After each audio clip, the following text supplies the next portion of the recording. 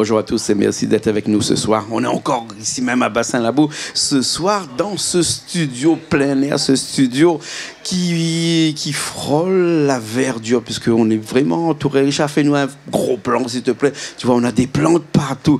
Ah, j'ai oublié de vous dire que ce soir, je suis bien planté parce que j'ai des plantes aussi avec moi. J'ai Lisa qui est avec moi. Comment ça va, Lisa? Ben, ça va très bien et toi? Ouais, désolé de te comparer à une plante.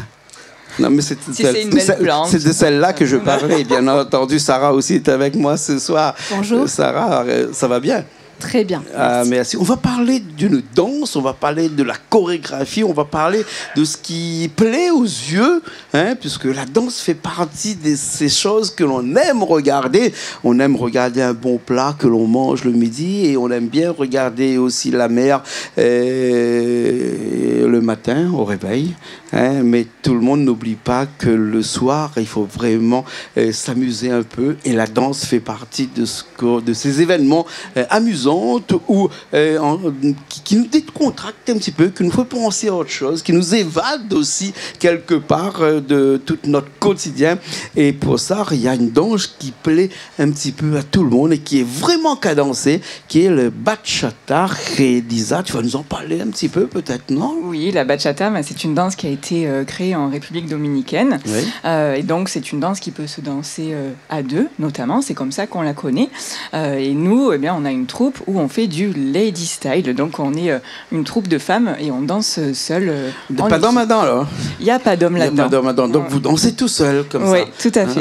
Bon, d'accord. Alors, c'est propre à chez vous, là? Ou bien sinon que ça existe ailleurs? Ça existe partout. Ça existe partout? Tout à fait. C'est vraiment un style qui peut se pratiquer partout. Et est-ce que c'est plus facile de danser tout seul ou de danser à deux? Je dirais que ce sont vraiment deux choses différentes. Danser à deux, ce qui est intéressant, c'est qu'il y a la connexion avec le ou la partenaire. Il y a aussi de la musicalité où justement on est obligé de...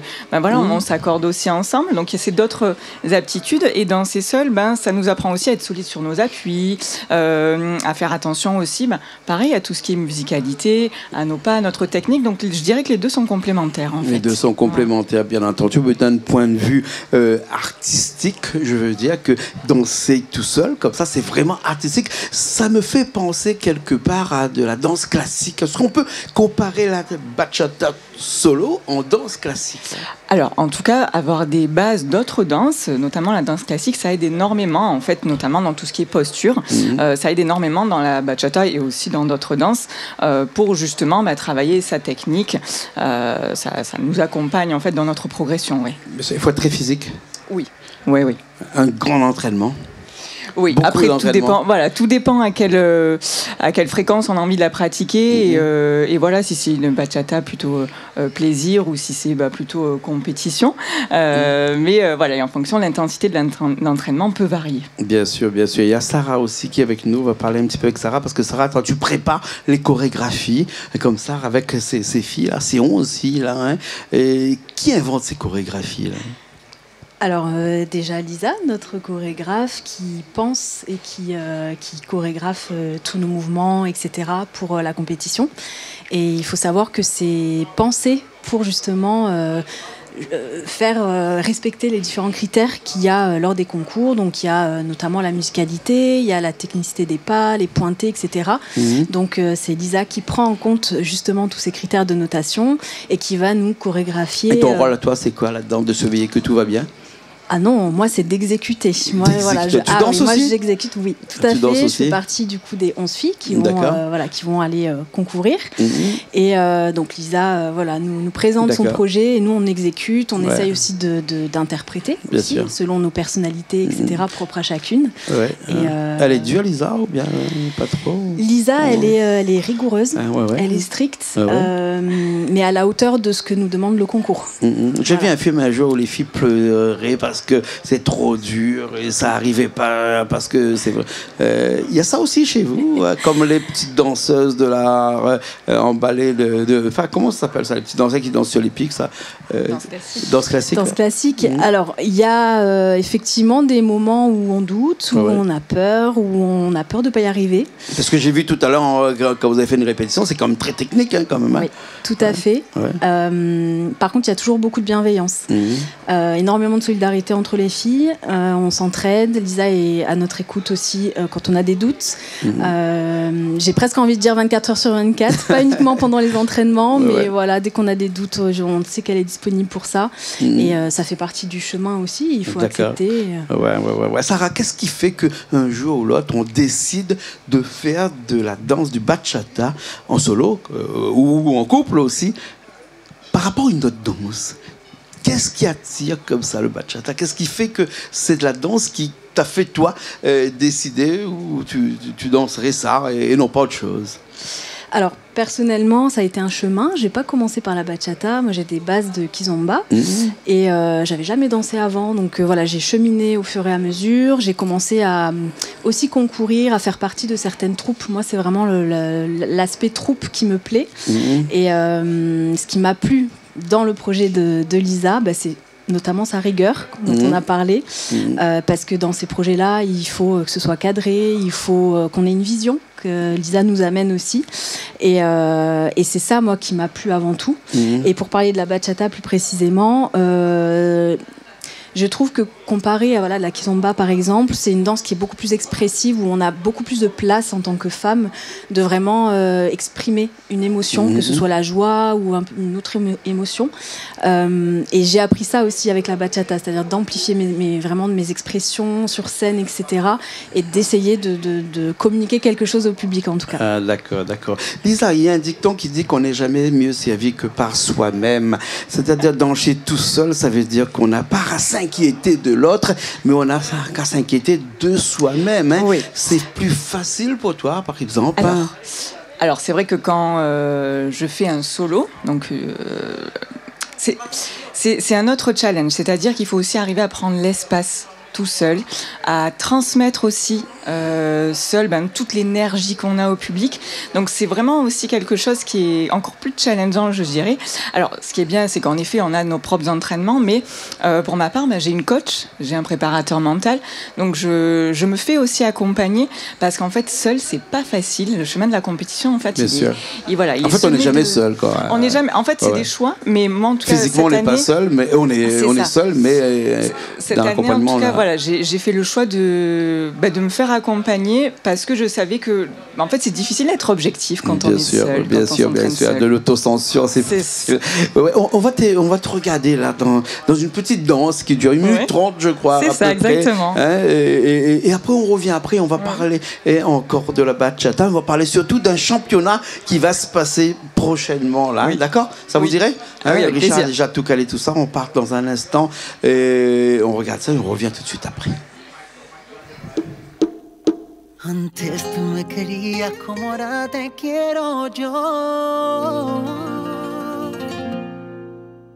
Recuerdo aquellos labios susurrándome al oído. Las noches más bonitas contigo he vivido. Te tuve entre mis brazos y no quise ver que fuimos más que amigos. Dime ahora cómo te olvido, porque sin ti me derrumbo. Me sin ti me derrumbo, perdido en este mundo, mi alma lentamente arde. Sin ti me derrumbo, me he dado cuenta tarde y pagaré mi error. Antes tú me querías como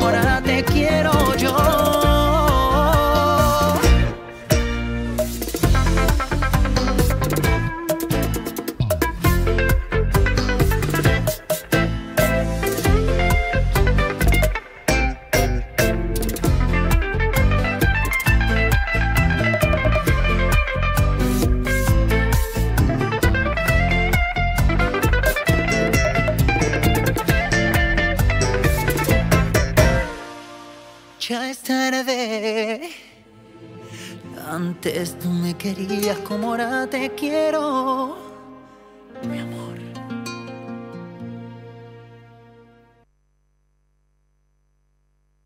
On est encore ici même à Bassin-Labour, on est encore dans cette émission, on parle de Bachata Elma. Bachata Elma, Lady Jean. Bachata Elma, Lady Jean. 11 filles qui vont participer prochainement à un championnat qui va se passer le 1er au 6 décembre de cette année au Mexique, à Cancún, bien sûr. Grand déplacement, mais aussi beaucoup de préparation. Beaucoup de préparation, donc on s'entraîne vraiment depuis le mois de septembre. En fait, la team a été créée, je dirais, en février dernier. Et puis, avec les filles qui étaient volontaires, motivées, eh bien, depuis le mois de septembre, on prépare très activement. Mais les filles, ils n'ont pas commencé à danser en mois de septembre. Ils sont là depuis très longtemps. Non, en effet, on a commencé des entraînements dès le mois de février. Mais c'était pas vraiment des entraînements avisé du concours Eurosong, même si on l'avait quand même un peu tout dans un coin de la tête. On ne sait jamais, il y a des imprévus, on ne sait jamais si tout le monde va être en capacité de partir, parce que finalement c'est aussi un voyage qui est extrêmement coûteux en temps, en énergie et aussi financier. Et donc il fallait être sûr que tout le monde, toutes les filles soient partantes. Bien sûr. Et une fois que tout était lancé, en septembre on a démarré les entraînements et là on s'entraîne, elles s'entraînent dur pour tout donner au Mexique, pour représenter la Réunion. D'accord, il y a eu une présélection avant pour aller au Mexique comme ça, ou bien sinon ça s'est fait comme ça, je vais au Mexique et puis je serai là-bas. Non, je suppose qu'il y a eu une présélection, je suppose qu'on ne part pas au Mexique si on ne sait pas danser. Il y a eu des concours avant. Il faut savoir que dans ce concours, il y a plusieurs catégories. Il y a plein de catégories, donc même si on n'est pas professionnel, si on est amateur, on peut très bien y participer.